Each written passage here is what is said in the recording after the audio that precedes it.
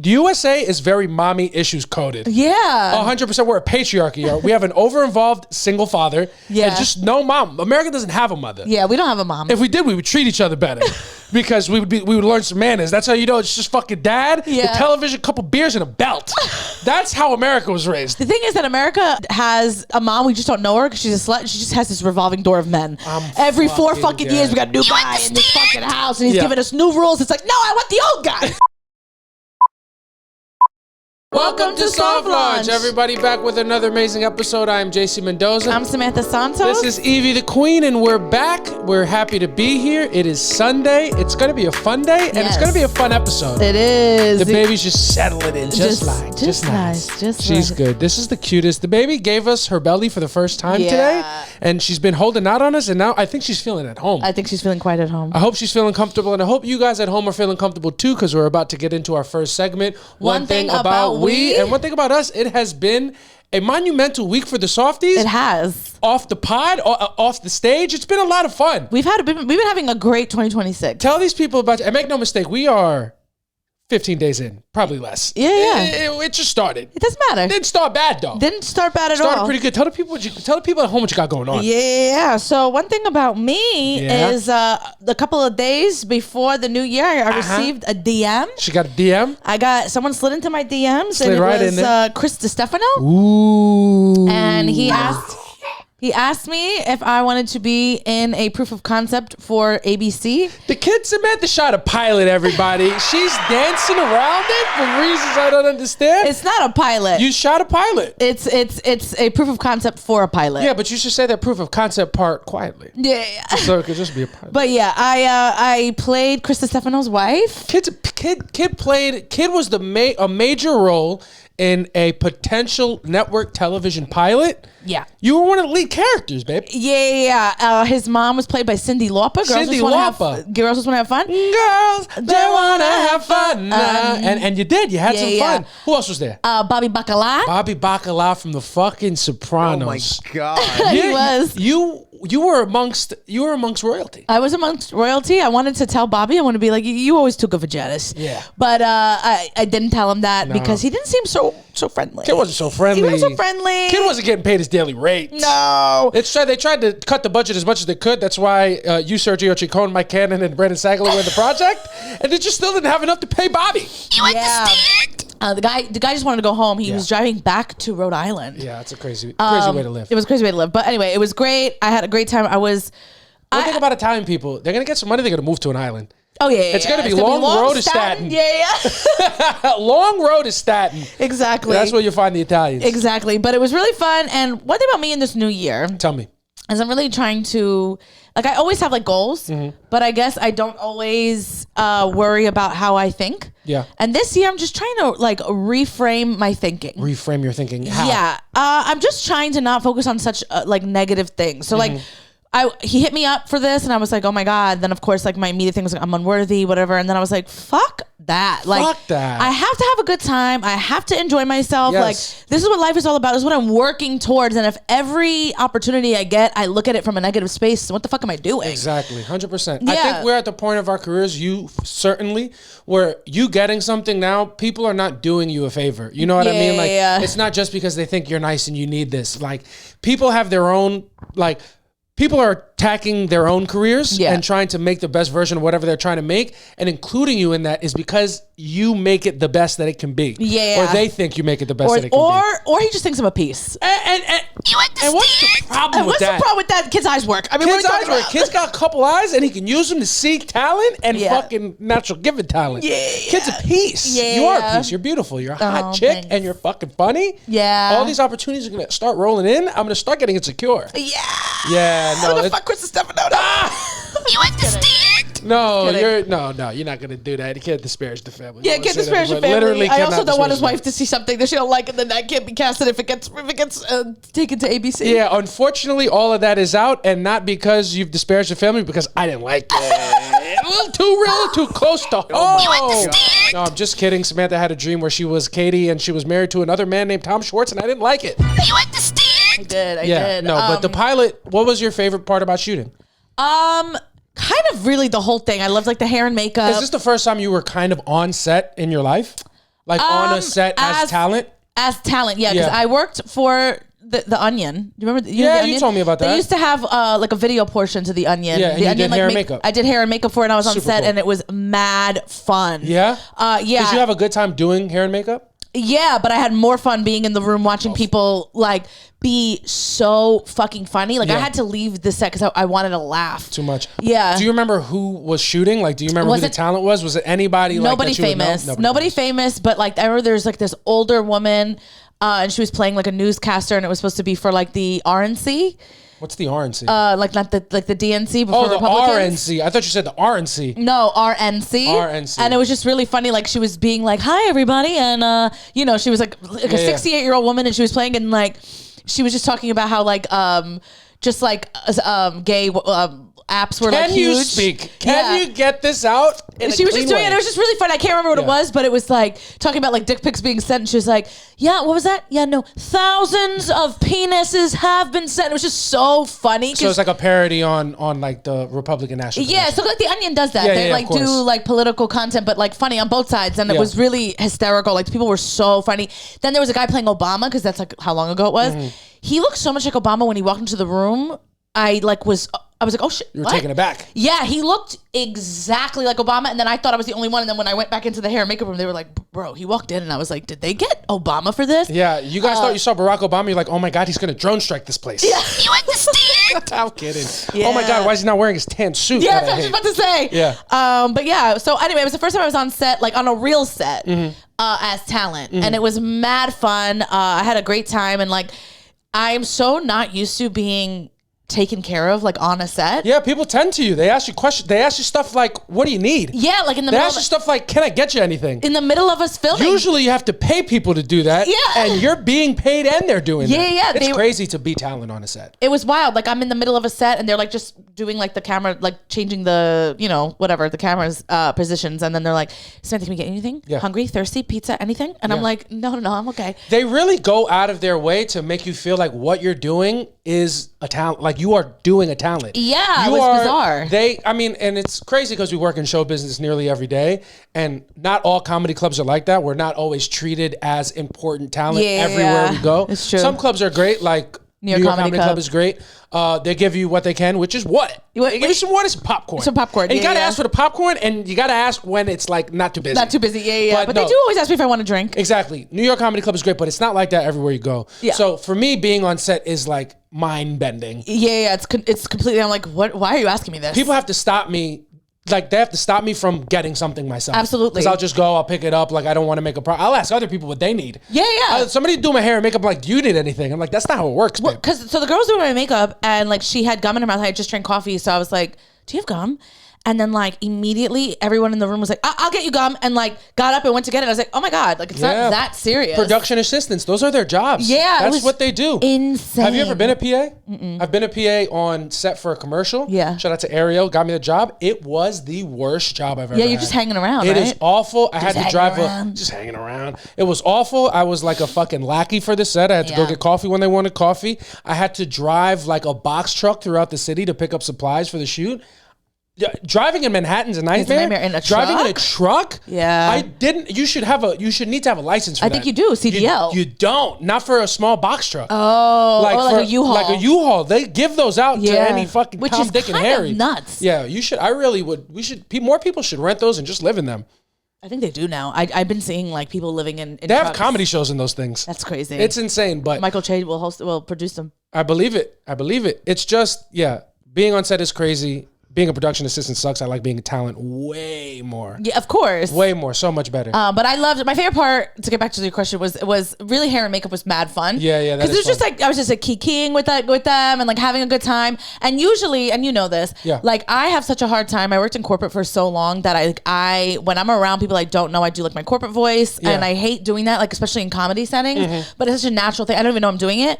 So like I literally told myself on the way there, I'm like, don't be anybody that you're not. Yeah. What you're you're booked on this for being you. Who you actually are. So just be you. So like I just walked in and they were like, hey, you ready hair and makeup? And I was like, let's do it. Yeah. And then like just had a great time. And now like me and the makeup artist, we've been going back and forth in DMs. Yeah. Like we're just having a really, like I had a really good time and I just felt like I was part of the crew. You were part of the crew. You were the biggest part of the crew. Well, honestly. Chris You weren't paid like it, but you were the biggest part. You're the talent. It's a big deal. I feel like hair and makeup generally, in my experience, are the best people on set. Yeah. Like, that's where I feel the most comfortable. That's where I really start, like, honestly, that's where I really start revving up to like get to myself and like as a funny person. Because they're the most, I feel like they're also kind of playing visitor in this world. Like Absolutely. there's people who do hair and makeup just for production. Yeah. But like they can take that trade somewhere else. Like lighting people can't take that trade somewhere else. Yeah. Directors have to be on set. Like hair and makeup, they're out in the world. So I like talking to them the most. Me too. The hair and makeup lady that I worked with on Armani's project, that's hopefully coming out this year,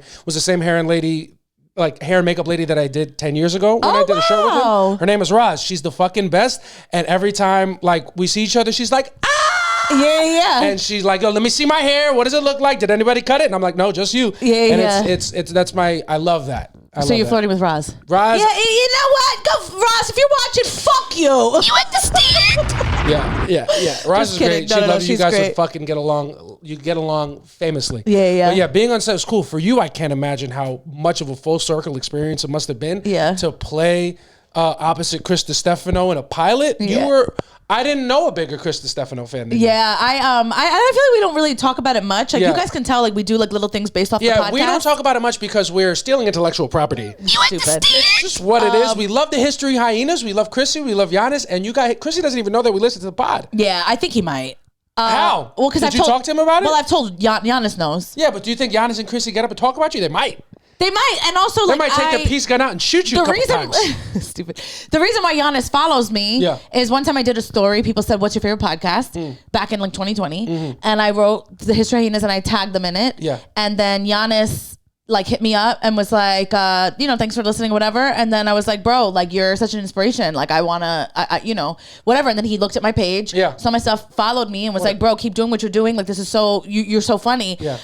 So I feel like they've probably seen it. And like Chris, I know for sure has seen my shit because like I have tagged him in stories and he's like responded to them. Yeah, you know, for sure he's seen you because he casted you in his pilot. I meant before that. I know, but still, it's fucking crazy. That is so cool. That's an absolute dream. What a nice thing life can be, like when somebody above you that you admire gives you an opportunity or like some game and they don't try to fuck you. Yeah, it's really nice. How nice is I can't imagine how nice that must be as a woman. Yeah. Because that's got to be in the back of your mind, of course, to a degree, every time you have a positive interaction with somebody above you. Yeah, 100%. You're just like always worried, like what is this, or what do they think this is, or what do they think I'm willing to do for whatever. But like it didn't feel like that with Giannis too. Every time I see Giannis, he's always trying to like sit with me and chat with me.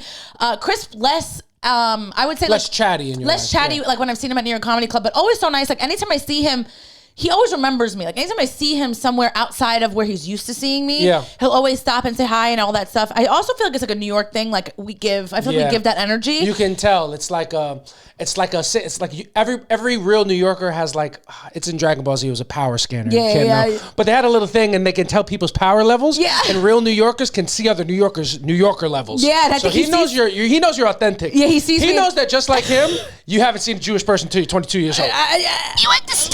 Wow. And you look at us and you go, we were Catholic school kids. Yeah, it's just where it's the only Jewish person we knew was Jesus Christ. You understand? Our Lord and Savior. Knew a lot about him. I know the most famous one. Know all his stats. You had his rookie card. You read the comics. Carry him around my chest. Carry him around my chest all the time. Got him tattooed on your body. Yeah. It's just what it is. But anyway, I was a huge Chris DiStefano fan. Like I paid my own money to see him, and like I put you on. Like you knew who he was, of course. But I was like, you have to listen to this podcast, and like I was actually.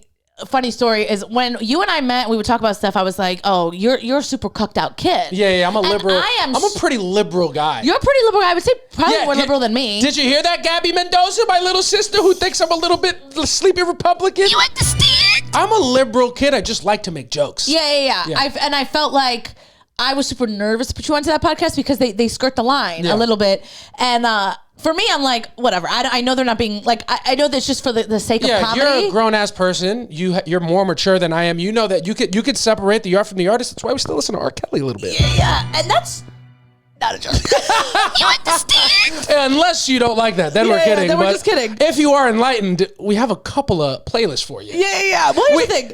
He's in jail now. His kids get the money from his royalties. So it's like, what am I gonna do? I'm not gonna listen to "Feel It on Your Booty." What are we talking about? What am I not gonna move my body like a snake, ma? Like that? You want me to not step in the name of love? Oh, God forbid. God forbid I don't put. How am I supposed to drive the car if I don't put the keys in the ignition?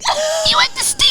It's just what it is. Yeah. Whatever. I believe I can fly. You can separate the art from the artist, and also they're not saying anything that's actually problematic. It's a character piece. They're being funny, and so I was super nervous that I wouldn't find it funny. Yeah, when you're like, I'm gonna listen to it, I was like, ugh. Yeah. Like I don't know how you're gonna feel about this because you felt a certain way about something that one of them said one time. No. One time when I was young in comedy, Giannis got in trouble for saying that people who call stimulus checks stimmies definitely spent that money on Jordans. Yeah. And my side of Twitter was really like, oh, this is so racist that he said that. And I was like, wait until they find out he was Marisa using the N-word. Yeah. You understand? I was like, I could blow. I was like, I'm on Twitter. I'm like, I'm the only person on this planet, on this timeline who could make this connection between this guy in trouble and Marisa from the Lower East Side. Yeah. And I felt like I had his career in my hands. Yeah, absolutely. Yeah. I also, it's so funny because me and you are on just different sides of Twitter. I remember that tweet completely. Yeah, I remember I retweeted it. I might have. I know. But I just didn't know that was a problem. Yeah. I didn't know that anybody thought it was a problem. It wasn't a problem, but the time in which it happened, well, yeah. everything was a problem, and you just couldn't tell the people who thought it was a problem that it wasn't really a problem like that. Yeah. You just couldn't do that, and you kind of still can't to a degree. Yeah. You understand? I thought it was funny. It was. Oh my God. You know what I mean? It's just like, I'm also like, I don't know. People from New York, it's just like a different thing. It is different. Of course it's different. But the way my life was at that point, everything felt like under a lens. Everything was super heavy. So like, I'm not first to a good joke, but I'll get there eventually. Yeah. So I was super nervous when you listened to it and you loved it. I was like, oh, of course. Oh, great. Yeah. This is great. They're incredible. Yeah, because I mean, whatever. They're dream guests, by the way. Dream guests. I want to be a guest on their podcast. Yeah, one day it's gonna happen. One day, hopefully not too far in the future. But when the hyenas and the softies link up, it's gonna be a magical episode because those two have no idea how in step with their language we are. We would be the best guests in hyena history. Absolutely. I'm feeling so confident that if I saw Giannis, I would be like, bro, put me in the pod. Yeah. Get me on the pod. Get me on the pod. Objectify me if you have to. You know, tell everybody I'm from Rome. Shoot me with the peace gun. Imagine Giannis is like, no, actually you're not from Rome. Actually, it's very presumptuous. Okay, let's settle down. All right, you're here for your thoughts. Yeah. You understand? But anyway, full circle moment. I was super excited to do that. So and then cool. The worst feeling in the world was like being on such a high from being on set and then having to go to work the next day. Yeah. I mean, and then having people being like, hey, following up. And I'm like, you don't even know what I did yesterday. And now I have to just like clock into this fucking place. People don't talk about how difficult it is for artists to work a day job until their art is the thing that's paying their bills. How much harder it is for us to work a job than it is for a normal person, because normal people don't have a higher calling, or if they do, they haven't recognized it. So they don't think they're missing out on anything. It's one thing to like feel like there's something more in this world for you. It's another thing to know exactly what it is and not be able to do it to its fullest capacity until you get to a certain level. And in the meantime, you still have to have a regular job that's soul sucking to people who don't know better.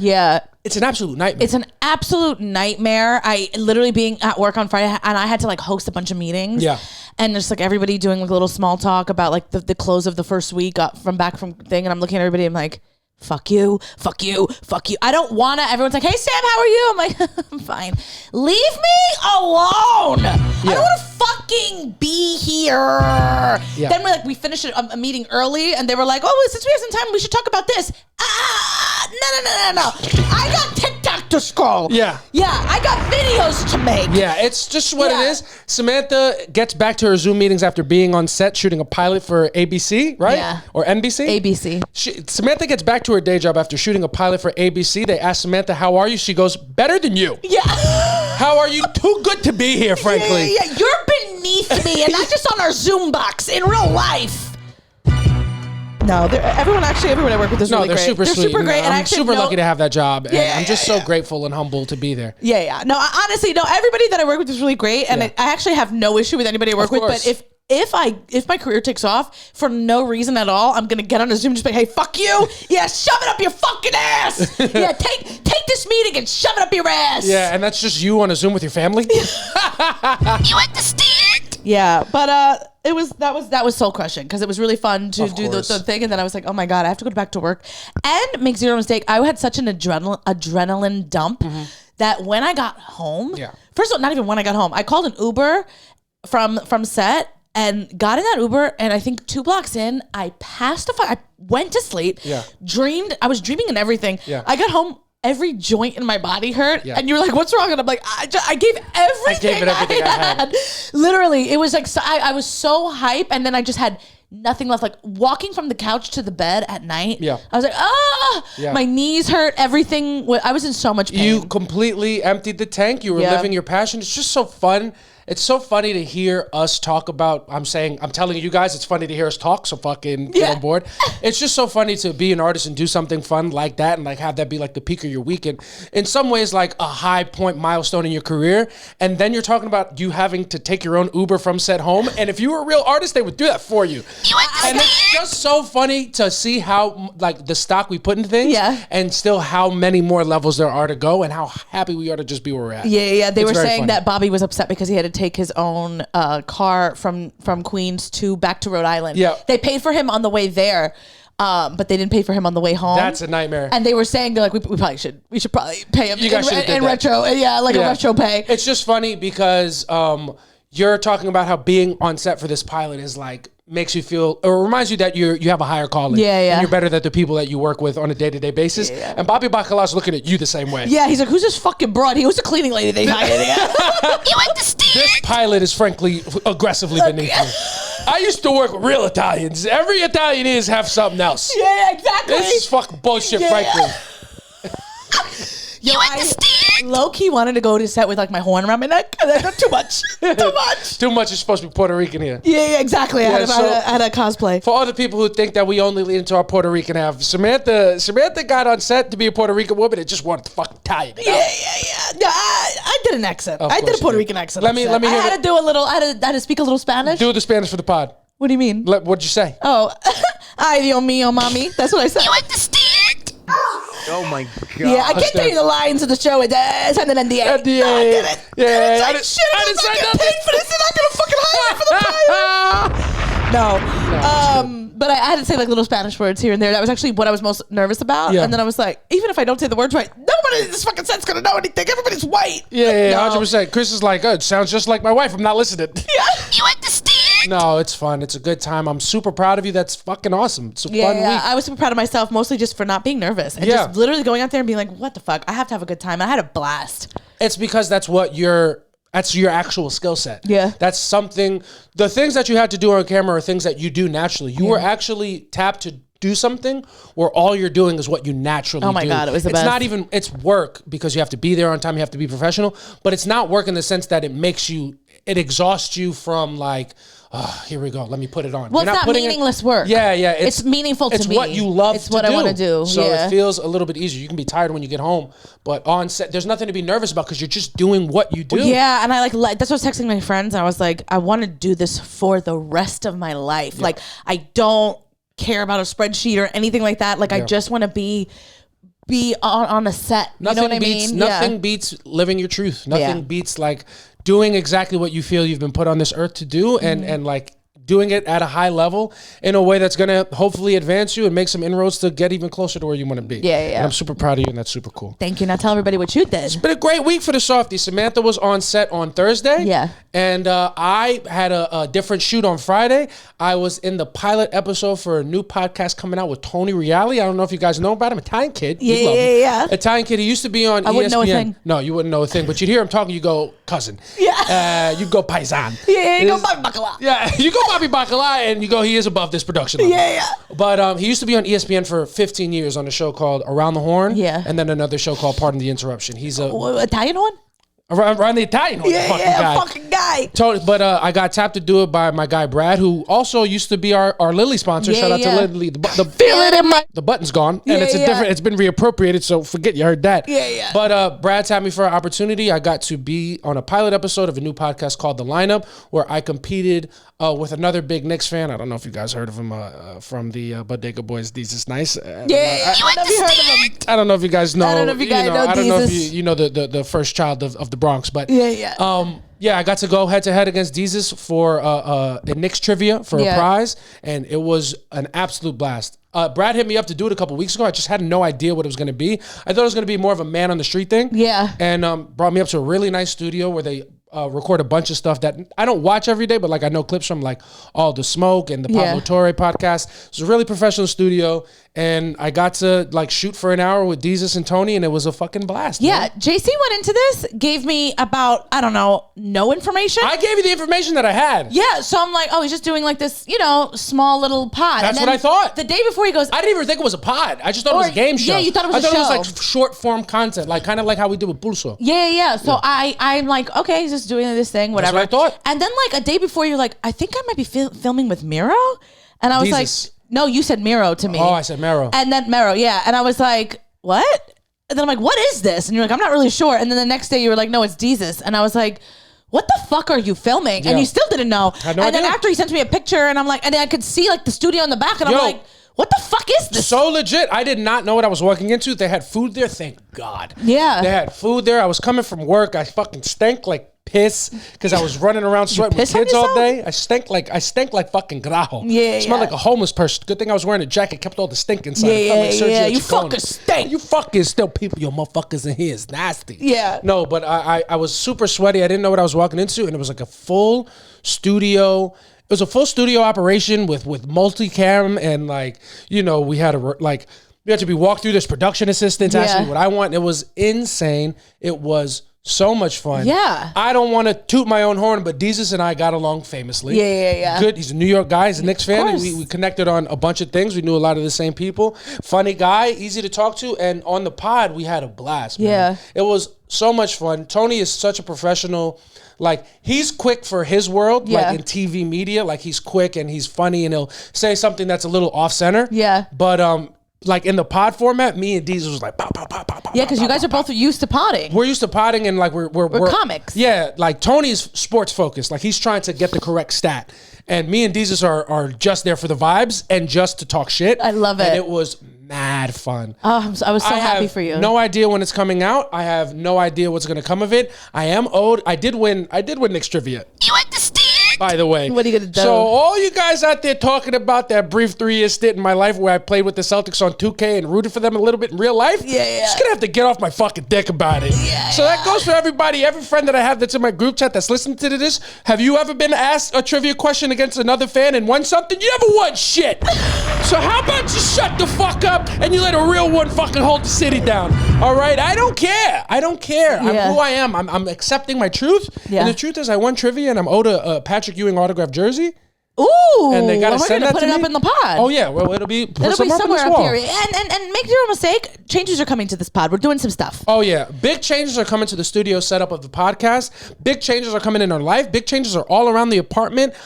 Usually it's called redecorating, but Samantha's in her 30s. Redecorations are now called nesting. We're nesting. Fellas, I don't know if you heard about this. Women are rebranding, redecorating, and it's now called nesting. It's nesting. I just want a nice little home. And people used to call nesting like when you're having a baby and you're like nesting and thing, and now it's like nesting for me is just like I want a nice little home. I want like things where I want them to be and all nice. Yeah, nesting is doing annoying chores. Shut up. Nesting is putting together things. Nesting is all the things that I don't want to do already. Just repackaged in a way that I can't say no to because now I'm denying your womanly rights. Yeah, we're gonna reframe your brain. No, you reframe. Start liking nesting. You understand? Yeah, no, nesting is a thing that's happening in our lives recently, and it's just being with somebody for a long time is fun. The way that we are together and grow together has changed so much. Back in the day when we first started dating, we used to have spontaneous sex, and now we just spontaneously nest. Yeah. I was on the couch and I was hanging out, and once upon a time 4 years ago, she was meant to be like, you want some head? And then now she's like, you want to change the headboard?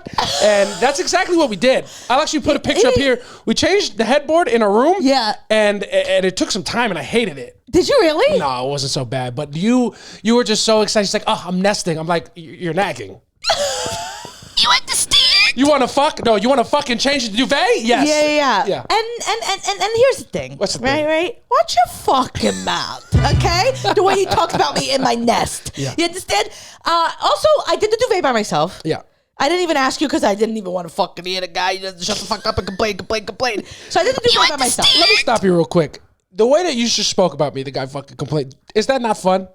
No, it's a blast. So why can't I do that with women? Watch your mouth. That's why. Oh my God. It's our fucking turn. You understand? Yeah. So yeah, but then I asked you. So we did like it's like a decal on the wall, and it just is like, it looks like half a moon basically. Yeah, it's beautiful. It's gorgeous, and I just couldn't do it myself because it would have come out uneven. You couldn't do it by yourself because you're a woman. You need a man's help. Stupid. You understand? Just kidding around. Yeah, but it looks great. I'm in my decal era. You're in your decal era. I got decals on the windows. Yeah, yeah, and everybody compliments me, by the way, because it gives me a rainbow effect on my head and my vids, and people be loving that. Oh yeah, people are like, oh my God. Are you talking about people in your Zoom calls or people on the internet? Both. Actually, people on my Zoom call all the time are like, oh Sam, did you do something different to your hair? I'm like, no, it's my. And then I lie at work. It's my stained glass window. I got my stained glass window. They go, oh, it must be an old building. I'm like, yeah, it is. Yeah, you understand? It's on 1099. Yeah, I just lie. Oh, it must be an old building. Yeah, I'm zooming from church. Yeah.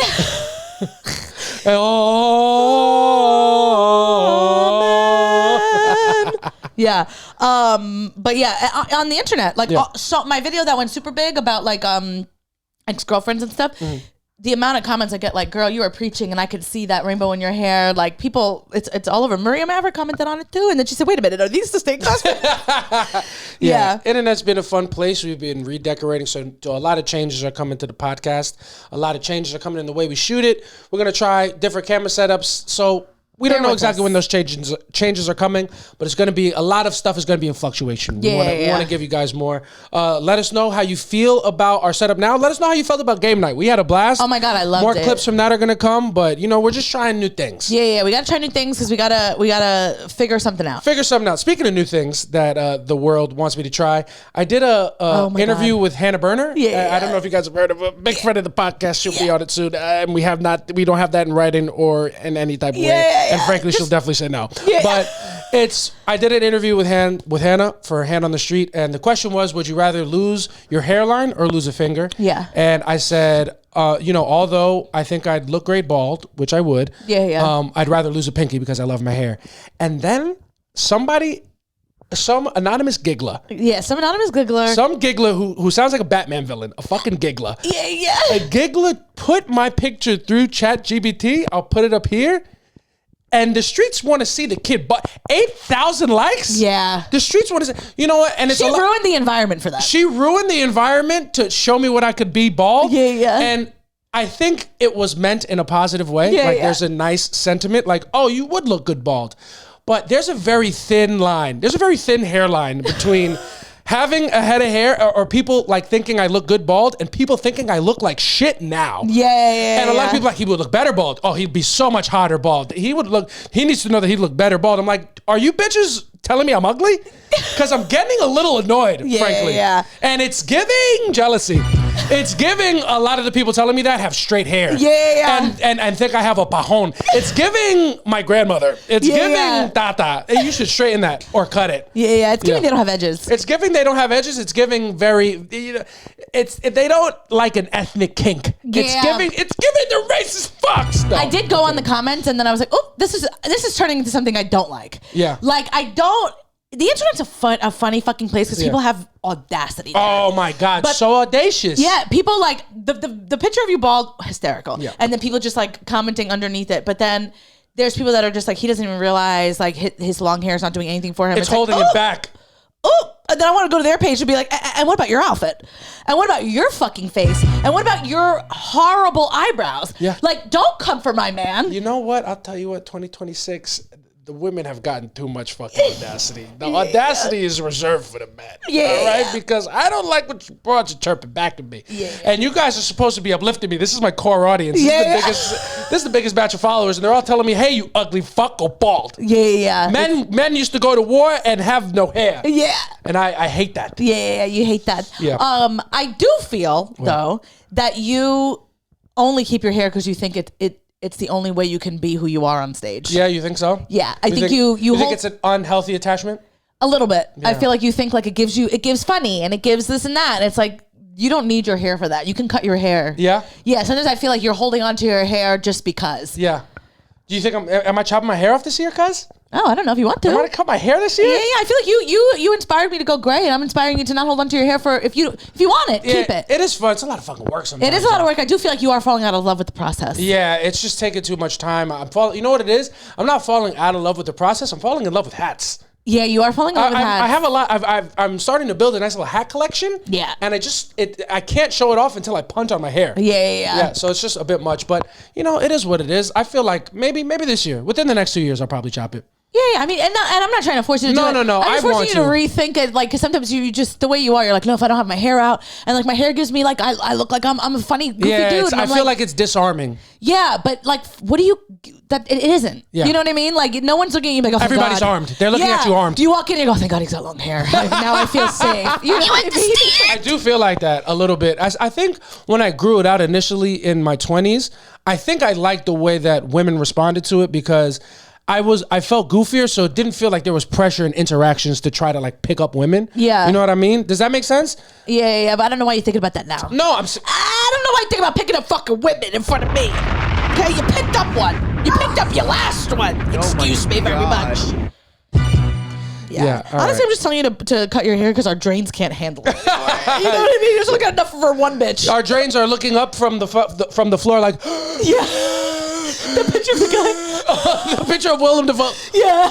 That's our shower drain because it's gonna. We're just bullying it. We're fucking really getting sexually aggressive with the shower drain. We're gonna fill you up. Yeah. We're gonna fill you up, you piece of shit. You're gonna. Take that. Take that. You're gonna be fucking. We're gonna leak outside of you. Yeah, you're not even gonna fucking be able to handle everything we put in you fucking mouth. You fucking piece of shit. Yeah. Suck my fucking dick. Yeah.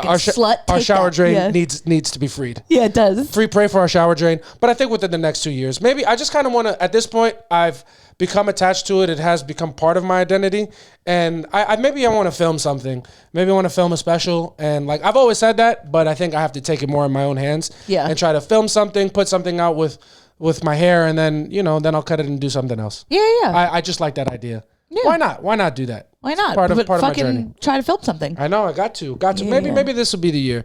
I don't know. I go so back and forth with shooting a special. Like I have so much stuff, and then sometimes I wake up, I'm like, I have so much stuff, I need to put it out. And then sometimes I wake up like, all my fucking shit sucks, and I just throw it out. Yeah. You know what I mean? Well, and it's a back and forth. That's how I feel. Yeah. But we'll figure it out. And as you can see, I say all that to say Hannah Burners fans have caused me to have an existential crisis. Yeah. So I just don't know what I'm going to do. Yeah, definitely don't go bald. No, I don't. There's no need to go bald when you have hair. That's not really up to me. I hope I don't go bald. Well, yeah, I'm saying like don't shave your hair off for no fucking reason. Yeah, of course. But it would be nice to just wake up and go, though. Yeah. It'd be fun. I mean, when I picture you with short hair, I don't picture you with it like shaved off, but is that what you were thinking? I wouldn't shave it off like it was in the picture. Yeah. Like I wouldn't go baldy, Well, but I would want to go super short. Like when David Beckham cut his hair. Oh, okay. Or when Justin Timberlake cut his hair. Like when it's like short and it's like not really shaped up here, but like nice and crispy on the sides. Yeah. I get it. Like a little buzz cut. Buzz cut. Just because I can wake up and go, oh my God. Yeah. You know what I used to love about having short hair is like feeling the side. When it's like, when it's short. Like a stubble. I used to do that to my brother. When he'd get his hair cut, I used to go to the side and go like this. Just like fucking finger his head. Yeah, like you like that? You like just come for me. Ew. That's my brother. That's your brother. That's all right. You understand? But you're fucking flicking it like a clit. Now I cross the line. Yeah, I didn't think it could be incestual if you're flicking your brother's head clit. You know what I mean? I didn't really see it like that. Let's move on. You understand? No, but it's just been a fun week. We've got a lot of stuff cooking, and it's been a blast, man. I'm excited about this podcast. I'm excited about our careers. Hopefully, we can keep the momentum going forward. Before we keep going, we do have an announcement. There will be the return of the Soft Launch Live Show.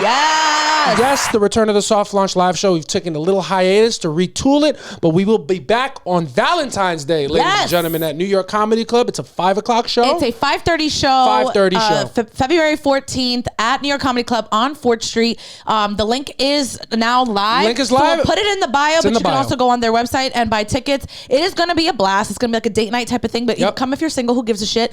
And it's super interactive. If you've never been to a Soft Launch live show, we have QR codes. You can talk to us in between other comics, because there will be comics doing traditional stand-up. Yep.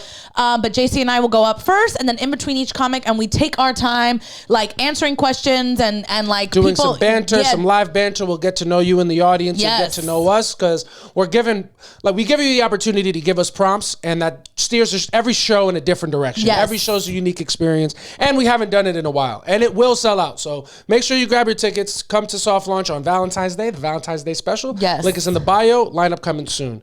But other than that, plenty of stuff's been happening in the world. A lot of stuff's been happening. A lot of stuff's been going on. I have one thing that I'm super excited to talk about, and we're going to talk about it in our segment called Aight So Boom.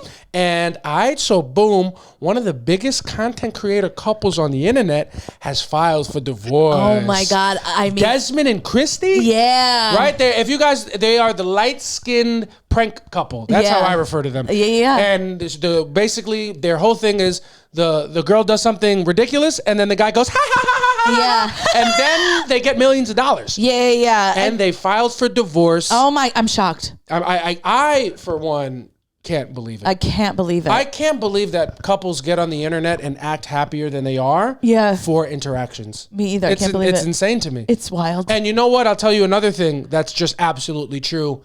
It's devastating news to me.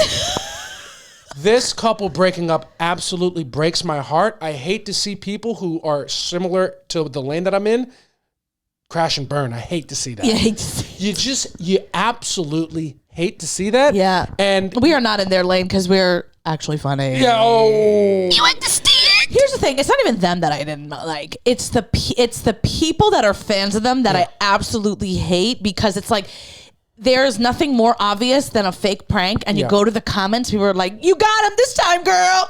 No, the fuck she didn't. She set up a camera in the middle of a Macy's and did a cartwheel. Yeah, she didn't get him. For the millionth time. She didn't get him. She got the angle. You understand? She got the shot. Exactly. They've done this 5-6 times. You're not watching the first take. Is there anything more cringy than a prank? No. I think I will say this. I fucking hate it. As a boy, there is a soft spot in my heart for pranks. I grew up on prank calls. Oh, I love a prank. On crank anchors, on you kick my dog. Yeah. Oh. On you take my newspaper. Yeah. There are some pranks that are etched in my mind for the rest of my life. Yeah, me too. That being said, pranks that are not being done genuinely, like Jackass, like the early Jackass. I mean, what a fun thing. Yeah. Early Impractical Jokers. Yeah. What a fucking blast.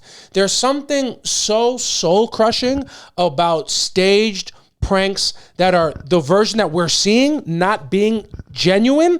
That really does not sit right with me and makes me worry about the future of humanity. It really does. It's like you're faking being genuine. You're faking a real reaction. It's crazy because it's not even the people that are doing it, because they wouldn't do it if people weren't eating it up. Yeah. But it's like you have 17 million followers, and you don't do anything genuine, and all of the comments are just like, oh my goals, oh my God, hysterical. I'm like, are you guys okay? You can't be. It's the same thing. And like, I love Impractical Jokers, but at this time in 2026, cut it. I'm gonna be like, Sal, you have a show tonight. I got tickets. Yeah. You're in town. I'm gonna go see you. I don't believe what you're trying to do. I'm like, hey Mur, just grab my ass. Yeah, just fucking harass me a little bit. Yeah. Q, I've seen you at long hand, short hair. I know every look in your book. Yeah, I don't get it. The Tonka Jahari days are behind us. Yeah. It's just, I hate a fake prank. Me too. And I can't believe so many people prop it up to the level that it's been propped up. I can't believe it. It's entertainment. It's garbage entertainment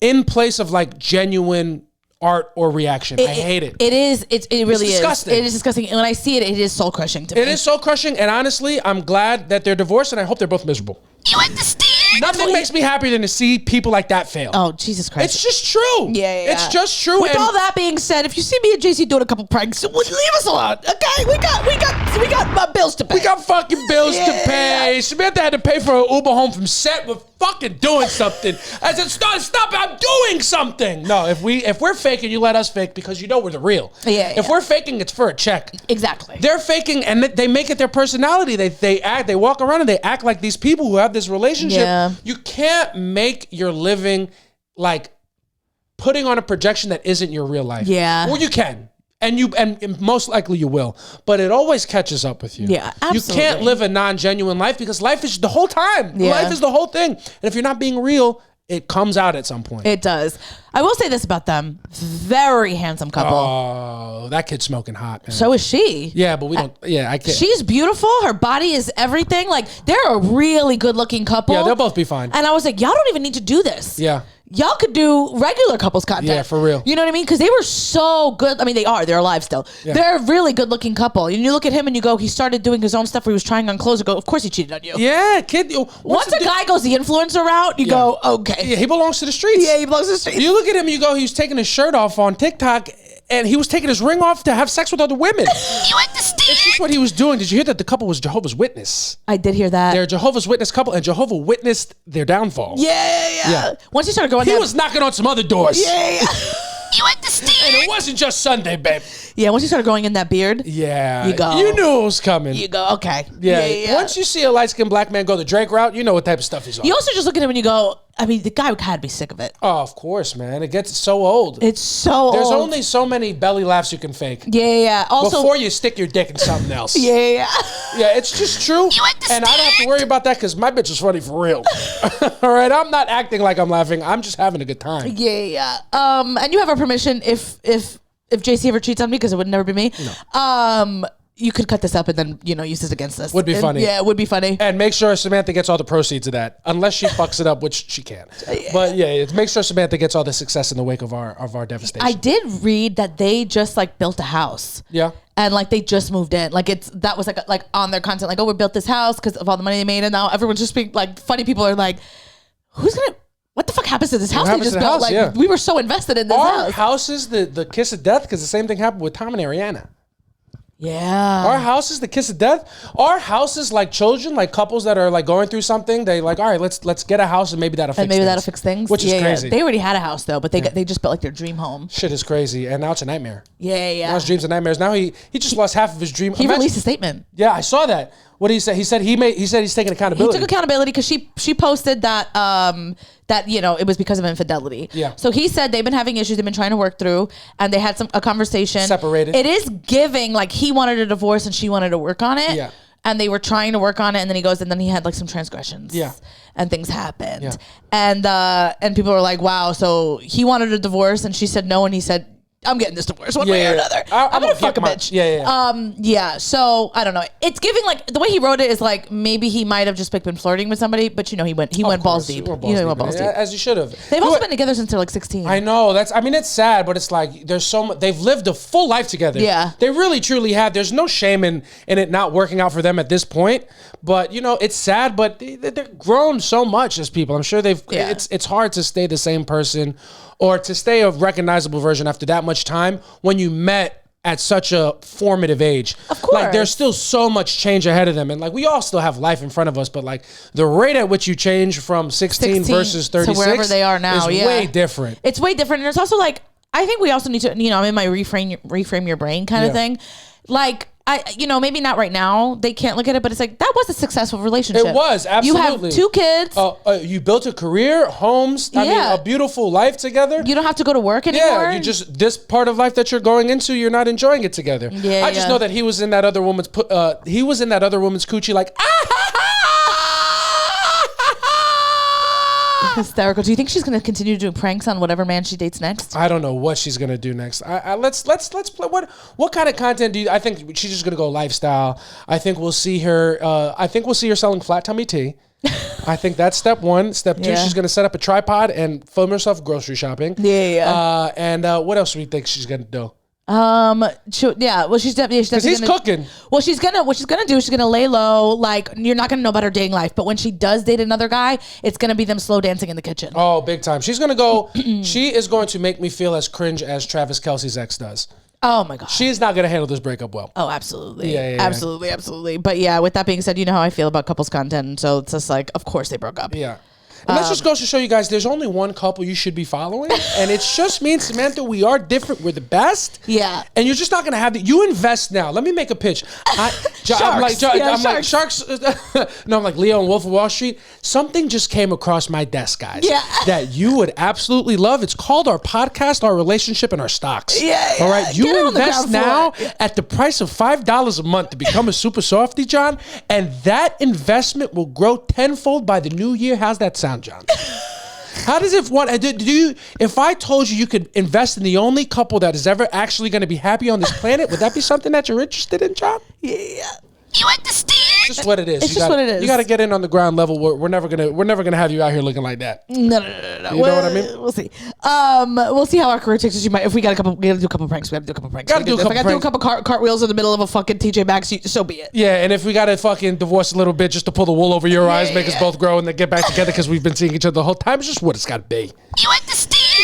Yeah. But it was a fun. It was not fun. It wasn't fun. I have such a habit of saying, "Yeah, it's fun. We're having fun. It's a fun thing." That was not fun. That's divorce. That's divorce. Miserable for them. Fun for me. I love to see them. I would say we can't be like them because that guy cooks. No. You understand? No, I think we can be like them because I'm gonna fucking leave you if you keep talking to me like that. You understand? No, we're having a good time. Anything else go on that you wanted to talk about? I forgot what we put in the thing. No, let's see. I don't think I have any other. I don't have any other current events things that I want to talk about. But we do want to talk to you guys about a couple things that we've been watching on television. All right, and we're gonna call this segment "Don't Watch Me, Watch TV." Yeah. But you are watching us, and you need to keep watching us. Yeah, that's kind keep of our whole watching us thing. and watch TV. Yeah, watch both of us watch TV. We've been watching a couple things that we want to talk to you guys about. Number one, not gonna get into it too deeply, but I do want to take this time to say, go watch American Boy on Netflix, the Marcello Hernandez special. Oh, that was great. It was so good. We always wax poetically about Marcello. Marcello's always been one of my favorite comics. Yeah, me too. Samantha loves him. He's been nothing but nice to us. And go check his special out. It's really fucking funny. So great. I loved it. And just fucking go watch it. It's really good. Other than that, the new season of Traitors came back this week. Traitors on Peacock. It's a reality show with it's a reality game show. Yeah. More of a challenge style More of a show. challenge. Yeah, it's like a mix, I would say, of like Big Brother and The Challenge, like on MTV. Yes, and it is a lot of fun. It's season 4. We love Traitors. Yes. All right, if you don't watch game shows inherently or challenge shows inherently, we highly suggest Traitors is the best place to start for like getting into that side of television. Yeah. Like it's like Survivor Light, it's like Big Brother Light, but it's all the entertainment value of like a reality show. Yeah. Because you got fucking must-watch TV stars. How do you feel about Traitors? I feel great about Traitors. I feel like there are all must-see TV stars except for Michael Rappaport. Get him the fuck off my TV. Yeah. Michael Rappaport's terrible. I can't stand that man. He's awful. I have a whole bunch of things written. First thing about Traitors. I'm going to make a statement about Traitors, and I think you guys will agree if you watch the show. Traitors is the best challenge style show since the year 2000. Traitors is perfect television. I think it is. Survivor is hardcore, Big Brother's hardcore, and they're super successful. Yeah. But for the common viewer, for the general public, you get the star of a reality show, and you get the gamesmanship of a like hardcore gaming show, and you get the best parts of both. It's not too entertainment heavy, and it's not too game heavy. It reminds you that it's just a game. It is a perfect thing to watch. It is a perfect thing to watch. It's a perfect thing to watch with a partner, talk about it and debate. I love the shift they made this season. I love the Secret Traitor. Yeah. Because it makes me feel like, oh, I don't even know who it is. And I'm over here talking shit on the couch like these people are dumb. And they fucking absolutely nailed it. And I love being reminded that I don't know stuff. Yeah. Because it gives me something to learn. It does. And it does also, what I kind of like is every time we've watched the Traitors, I'll be like, when they're on to somebody, I'm like, they're fucking stupid. That's not a fucking traitor. How do they not know? And then you're like, yeah, but you know who the traitor is. So you're not, these are not from a thing. And I just want to go out there and say that Donna was my first pick as a traitor. And I was correct. So next time you come to me and you tell me I don't know what I'm fucking talking about, maybe look at yourself in the mirror and say you're projecting. It's true. You just look at me and you go, I'm a good judge of character. And I kind of know when people are lying.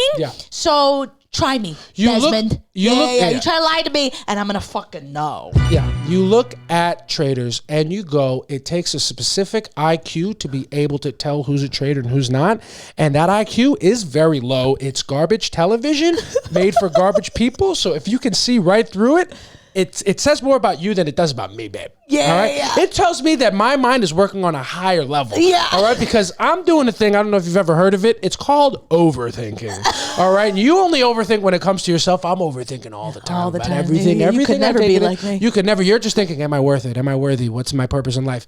I'm past that. Yeah. I know I don't ever gonna know about those things. I'm overthinking about other people's stuff. So I'm in Traitors. I'm like, it can't be Donna because that's who you would most suspect. Yeah, yeah. And then they just did who you'd most suspect. And I'm like, oh, this show is for idiots. I'm too smart for it. And you got to learn how the other half lives. Yeah, yeah. You just go, you're just reframing the way you think. You're just reframing your brain. You just go, I'm listening to my baby and I'm taking her advice in real time. Yeah. And she's getting a little upset because it's working against her. Yeah. No, but You understand? Traitors is great. It is what I feel like is the best version of that style show. And that being said, Michael Rappaport is the worst ever Traitors cast member of all time. Absolutely. After 3 episodes, that is a fact, and I will not be convinced different. No, he's a nightmare of a person, annoying. He doesn't get how the show goes. Shut the fuck up. You're not a woman. Yep. Get out of here. Yeah. He loves the housewives, and he's behaving like one, and it's not fun when he does it. He's not behaving like the fun ones. No, He's being a behaving like nightmare. Marsha Pippin. Yeah, get him out of here. Get him out. She was terrible on Traitors too. Yeah. Michael Rappaport, we're going to take this time to talk directly to you. When you're on television, why don't you try this little strategy? I want to see if it might work in the game, called shutting the fuck up. Yeah. You talk too much and it's always nonsense. Yeah. I don't like what you gotta say. I don't like the way you gotta say it. I think you make New Yorkers look fucking stupid. You use being from New York as a justification for all of your nonsense. And as New Yorkers, we're fucking tired of it. You never have anything of substance to say. You always drag the conversation to a place that nobody wants it to go. Nobody wants to go to. Nobody's ever on your side, and it was funny and cute when it was about housewives. Yeah. And now you're amongst them and you're mad annoying. Mad annoying. And it's also like, have you ever tried the likability factor? Oh my God. You're just not likable at all. Like, he's making it really hard, and it's like, I know he's not a traitor. Yeah. Get him the fuck off my screen. Vote him out. Vote him out. Vote Even if it makes it harder in the game as a faithful, vote Michael Rappaport off. Yeah. Michael Rappaport should get the same knock on his door in Scotland that Sierra got in Fiji. They should knock on his door and get him the fuck out of there with no explanation. Yeah, he should have never been even casted for He the should show. get Ulysses. Who? He should get Ulysses. Ulysses in the middle of the night. Oh, in the middle of the night. No explanations. Just Michael Rappaport has left the villa. Yeah. He's mad, annoying. And has Michael Rappaport always been this insufferable? I think he might have been. I think he has been. I don't know why. I think before the internet was really like a part of our day as much as it is now, it was easier to be kind of a nightmare, over the top annoying and go under the radar. Yeah. Because you're just making different TV appearances. You know, he didn't really rely on social media to pop him off. But now that like I see him so much, he's insufferable. He's insufferable. And I know people didn't like him before. Yeah. And I don't know what he was doing because I don't follow anything that he likes except for Housewives. And then when he would do like Andy Cohen's like Watch What Happened Live, like before, I was like, oh, he's funny because he has like funny takes on Housewives. Yeah. And then I started getting his content. And I was like, oh, this guy's the He's worst. a nightmare all the time. And like, this is the most exposure I've ever had to Michael Rappaport. Ugh. And he's just a nightmare the whole time. Every Yeah. time he says something, he thinks it's the smartest thing ever. Get him off my He thinks screen. everything's this like gotcha moment. And it's like nobody's on your side in the castle and nobody's on your side at home. Yeah, get him off my screen. I didn't know about his housewife takes, so I didn't really watch him on Watch What Happens Live. But I feel like with him, it's more the juxtaposition of like, oh, a guy like this watching Housewives. It's such a spectacle to watch a person who looks and talks like this talk about something that I know, like the Housewives. I don't even know were his takes intelligent. I don't remember anymore because now I hate him so much. It's been clouded. I don't remember. But I thought it would be. I thought it was funny how how invested he was in it. And then after a while, you just go, now you're in women's business. Yeah. In a way that's not fun. Yeah. Like okay, he started having opinions about Housewives and then having actual beef with them, and then you go, now you've taken it too far. Yeah. You got to be. You're making it about you. Yeah, it's just not fun. He's just not a fun guy. He's a nightmare. He's a nightmare, and like you said, he's like, yeah, I'm from New York, and I'm like, oh. Leave us the fuck out of this. Yeah, we don't like you either. Yeah. I'm from New York and I'm not insufferable like you are. Yeah. It's just he's really annoying. Get him off my screen. Don't like him at all. One day, my house, something I say about Housewives of Bravo is going to go viral, and his people are going to ask me to open up for him, and I'm going to say yes. and they're gonna leak this. Like this is gonna get shown to him. Yeah. And I just hope it happens after I already get paid. Yeah. Because I'm not taking this down and I'm not walking this back. He's mad annoying. He is mad annoying. Oh my God. He is. He's mad annoying. Like he's the guy that you would avoid. Like if he were in a circle, like you'd see him coming. Like here he goes. This guy's gonna whatever. Honestly, if you want to know how I feel, watch Traitors and the way Jam Jam is with him. Yeah. Every time he talks, he's like, here we go again, this fucking guy. That's how I feel. So annoying. Yeah. Jam Jam speaks for all of us. Yes, absolutely. Puerto Rican King. Puerto Rican King. You know how annoying you have to be as a Traitors player to be more annoying than Tom Sandoval at the peak of the fucking scandal? Yeah. Like the fact that it's not even close and then Tom Sandoval turns it around. He's fucking amazing on the show. And Mike Rappaport is the opposite. You see him I saw him on the castings. I was like, oh, that'll probably be fun. Yeah. It'll probably be fun. And now it's just mad annoying. He's he's a conversation stopper. Yeah. He brings everything to a screeching halt and it's like awkward. It is. I hate him so much. It's not fun at all. But on the flip side of that, a white man that I can get behind and I would love to get behind me, Rob from Love Island.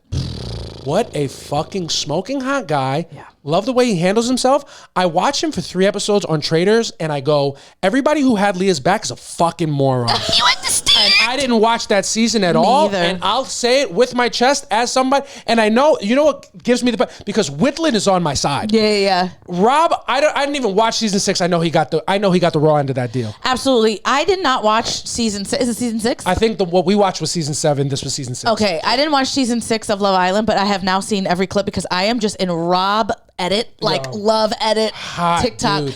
He's so hot. I loved when like him and Candace are up in the, what is it called? The turret. And like, he's like, girl, like, and he's rubbing his hands and she's like, yes. Like Rob is the kind of white guy that we need to be weary of. Yeah. Rob is the kind of white guy that can pull the wool over my eyes and then come out with a super conservative take and I'll be like, fuck. Well, the kid's from Alabama. Yeah, of course, but you don't hear nothing about that. Yeah, you don't hear nothing about it. Kid wrestles snakes. Yeah, I mean, I like the guy. I like love the guy. I think he's hot. This one got a little sweetness. I've been seeing so many edits of him, like lusting edits, and I'm like, yeah, I like that guy. Yeah. 100%. I like him. Yeah, he's the Dylan Efron for me of this season. I think he's going to win.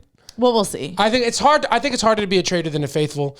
But I think Candace has already put her foot in her mouth a couple times. Yeah, the bitch can't shut the fuck up. And Lisa Rinna is just on a different planet. I mean, very funny though. I think they're perfect choice. They keep doing the edit of them, all of them in the tour, and they're like, ah! It's funny because Rob's like, I just hope they're chill. Like whoever it is, I hope they're chill and reasonable. And then it's Candace and Lisa Rinna.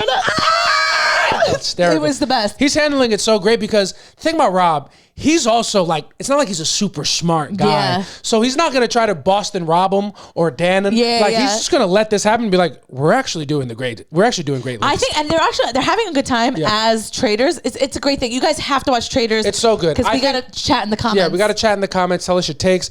I do think it's a fun decision for we'll see how it pans out. I think after a point, the gamers are going to realize that none of them are traitors. Yeah. And then that's when it's going to become really easy for them. Yeah. But while it's in the dark, the gamers are all against each other because in their mind and in my mind, one of them had to be a traitor. One of the gamers. Because someone's going to end up being a traitor. They're going to make somebody a traitor. But like it doesn't exist yet. So they're all fucking guns at each other. And when they realize it's just 3 dummies, they're probably going to mow through them like fucking hot lava. Yeah. And I don't like that you're calling them dummies just because they're housewives. Okay? No. I'm calling them dummies because do you listen to them in there? Candace is 2 degrees. Okay. Okay. So did Wendy Acifo, and she still did scams. What are we talking about? Degrees, being educated doesn't make you a smart, screwed-in kid. I'm with a fucking bro without a degree. Yeah, I never claimed to be smart. Yeah, and Nick Lachey was at 98 degrees. He was fucking dumb as fuck, and he had so many degrees, the kid. But no, they're dummies. Yeah. Not dummy like dumb people, but they're dumb in the game. Yeah. Like Candace talks way too much. Yeah, she brings way too much attention to herself, and she thinks nobody can see her. Yeah. And then Lisa Rinna's on another planet, dude. Which is kind of how you have to be. Yeah, but like, it's gonna get exposed after a point. You know what I mean? Like, people are gonna realize, oh, this is not your person. You're just being ridiculous. Yeah. But they'll pull the wool over because it's fun though. It's a fun. It is fun. Justice for my girl Portia. They thought that she was putting her foot in her mouth. And she was. But it's like, I know Portia. Yeah. I've been locked in with Portia for years. Yeah. My girl just is not smart. She's there for a good time, not a long time, and that's definitely true. She got voted out first. Yeah. But she's saying all these things, and it's like, my girl also said there was 265 days a year. Yeah, she my did. girl thought that the Underground Railroad was an actual railroad, and her grandfather literally was one of the people that led the civil rights movement. I mean, the guy doesn't know what we're talking about. Yeah, she's not a smart kid, and I think Ron Funches I identify with aggressively because he's a stand-up. He's on the show, and he's doing things in a way that I'm like, oh, I would do this too. Yeah, yeah. And for him to learn that Portia's not a traitor, he was like, but she said she was. But she said she was. But she said she wasn't. Why would she do that if she was? Why would she do that? Yeah. She's not a traitor. She's just dumb. She's mind-bendingly dumb. And it's like, he's like, logic, I followed logic to get here, and I know I'm right, but the outcome is wrong. Who am I dealing with here? Yeah. And then he just didn't speak for the next 2 episodes, and that's just how I would be. Yeah. He got it wrong. He got it wrong. Ron Funches made the same 2 mistakes that I did. I trusted Donna, and I'm like, Portia, I knew she wasn't a traitor, but I'm like, you have to get her out. Yeah. She can't keep getting away with this. Yeah. Something else I want to complain about is everyone being like calling Donna Kelsey America's mom. Yeah, that was happening. And I'm like, I'm confused. That was a production note. I mean, I didn't even know who this woman was. Before the show. Well, you know what is not painfully, it was very obvious watching, is how terrified anybody was to say anything less than glowing about Donna. Yeah. Because of how scared of Taylor Swift's fans they are. Which is insane. Because I was raised in the Beehive era. All right, I know what the Barbies do. Yeah, you know what I mean. Like, you think the Swifties scare me? Try a bunch of feral middle schoolers going pull up at a one-star automobile gangsta. You know what I mean? Like, there's some real nasty fan bases. But with that being said, get Tina Knowles on the Traitors. Oh, that'd be fun. That'd be great. She's beyond it. Beyonce does not play these peasant games. No, but her mom be in the comments of people's things. Yeah. And I know her daughter be in her ear about it. Yeah. She's like, don't stop. You're making us look like humans. Yeah. We're in the Illuminati now, Mom. That's true. We've drank the blood of children to get here. Yeah. No, but it's. I thought it was, I thought the America's Mom stuff was super weird. I'm like, what are you guys talking about? Who is this woman? Yeah, I've never seen her before. I had no idea who she was. Who is America's Mom? No one. Yeah. You know what I mean? I don't know. Yeah, if there's a country, the USA is very mommy issues coded. Yeah. 100%. We're a patriarchy. We have an over-involved single father. Yeah. And just no mom. America doesn't have a mother. Yeah, we don't have a mom. If we did, we would treat each other better. Because we would learn some manners. That's how you know it's just fucking dad, the television, couple beers, and a belt. That's how America was raised. America doesn't have no mom. Yeah, America has absolutely no mom. We're just a single dad who just doesn't care about us. Who is hilarious. Yeah. Donald Trump. He's fucking really funny, but he should be in charge. Yeah. He has too much responsibility than he can handle. And the substances have had their way with him. The thing is that America has a mom. We just don't know her because she's a slut. And she just has this revolving door of men. Every 4 fucking years, we got a new guy in this fucking house, and he's giving us new rules. It's like, no, I want the old guy. I don't want to listen to your rules. I got comfortable with the other guy. That's right. Yeah. America does not have a mother. Yeah, we have an absentee mom. We have an absentee mom and just a revolving door of stepdads who don't treat us right. Yeah. That's. I mean, when you think about the country that way, it kind of makes all the sense in the world. It kind of makes all the sense. We don't have a mom. We've never been given love. The love is gone. No. We're fighting too much. Yeah. America. You look at America, and as a kid, and you go, they had to take the doors off the hinges because they were just wrestling in the room the whole time. You're raising boys. Yeah, just raising boys. Just boys raising boys. Yeah, showing us no love. No love. Yeah. It's not good. Yeah, it's not a good thing. That's and we heard these people saying Donna Kels was our mom, and we were like, get her out. Yeah. Get this bitch out. We've gotten this far without her. I don't need a mom. Yeah. I'm good without it. Yeah. But there's that. Traitors has been fun. So watch and tell us what you think. If you're watching the episodes, let us know you're watching, and we'll talk about it a little bit every week. And then the last thing I've been watching that I want to talk about is I am in season 3 of Sex and the City. Yes. And my Sex and the City, not rewatch for Samantha. Yeah. And first time watch for me. And fellas, I will just make another statement. Go watch Sex and the City. It is very good. It's very good. It's a very good show. It's also very far ahead of its time. The episodes are so... They're half an hour. They're half an hour. They're quick to watch and they're prevalent. Like, they're still relevant. Yeah. And I'm at the part of Sex and the City where Big, spoiler alert if you haven't watched it. Yeah. Big is engaged to Natasha. Married. He's married to Natasha now, but when we see Big again for the first time after Carrie and him break up, he pops up engaged. Yeah. And let me tell you something right now. If Big did to me what he did to Carrie, I would have fucked his whole family. Yeah, absolutely. I would have found his father and had sex with him. I would have went down to the church and slutted his mother out. Yeah. I would have sex with everybody Big has ever met. I cannot fathom how disrespectful you have to be to tell me you're not ready to commit and then pop up engaged less than a year later. Yeah, I would have busted the windows at his car. I would have Jasmine Sullivan. I would have killed his driver. I can't. Left him there. He'd woke up with the driver's head in his bed. I'm not playing fucking games with you. You couldn't give me a fucking draw, but you proposed to some stupid bitch? Yo, no offense to Natasha. She didn't do nothing wrong. He proposed to literally anybody. Anybody. And then you invite me to the engagement party? Do you think I'm a fucking pussy? Yeah. I would have bombed it. Yeah. I would have. I'm like, oh, I got your address. Great.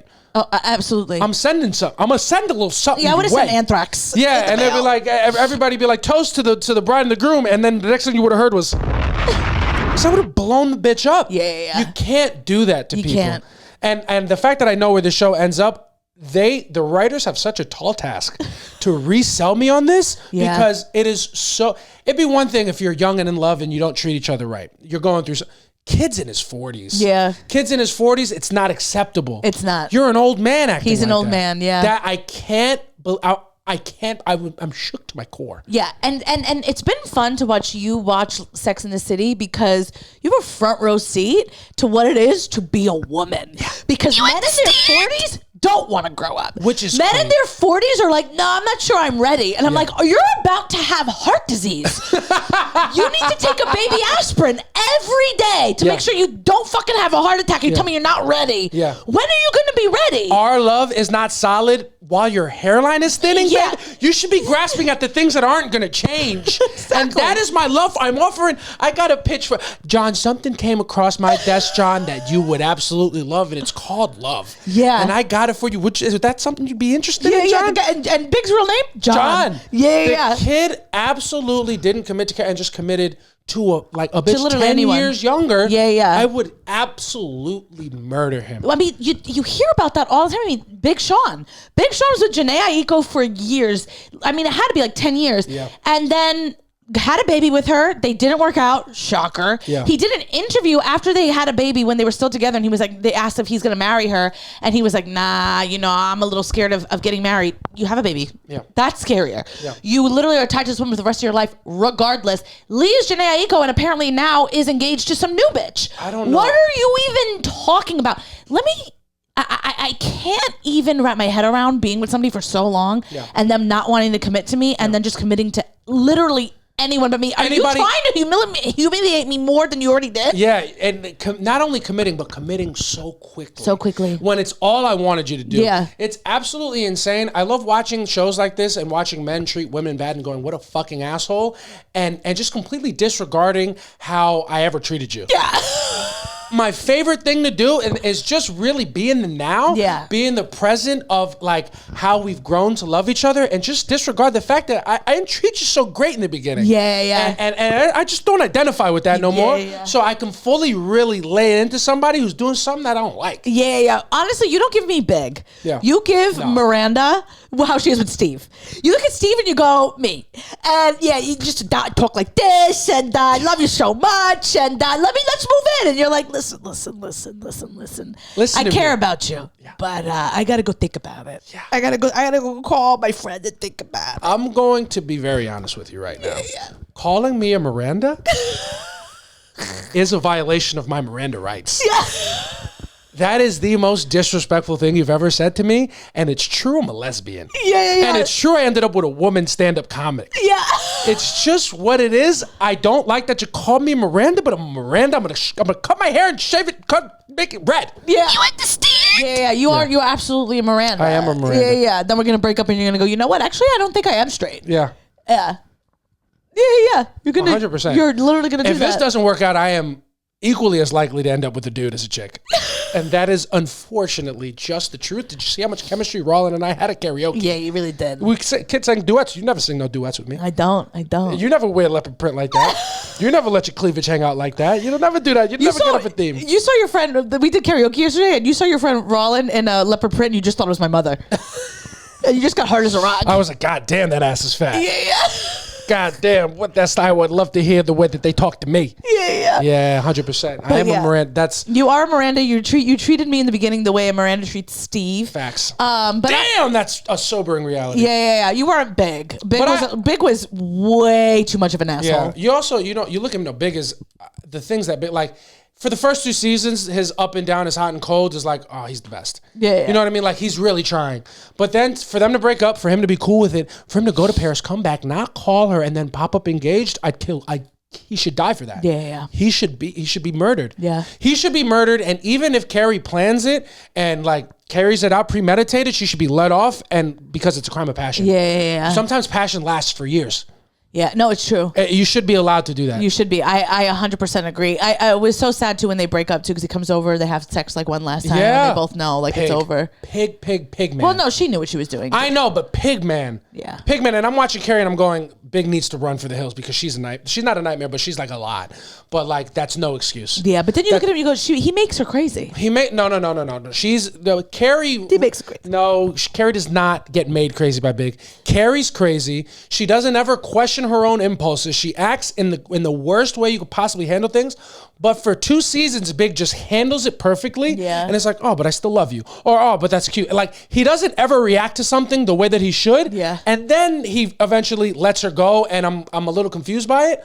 But, she was acting crazy from the jump. Yeah. From the jump, she was acting crazy. But don't introduce me to a vibe you can't keep. If you're going to act like you can accept me for me, you can't take that back. Yeah. This is me. This is who I am. Yeah. And you love that. It's true. No, I hated that Big did that, and they got a lot of work to do. Yeah. You'll see how it They got how it a lot of unfolds. fucking work to do, and I, for one, can't wait to watch. Yeah.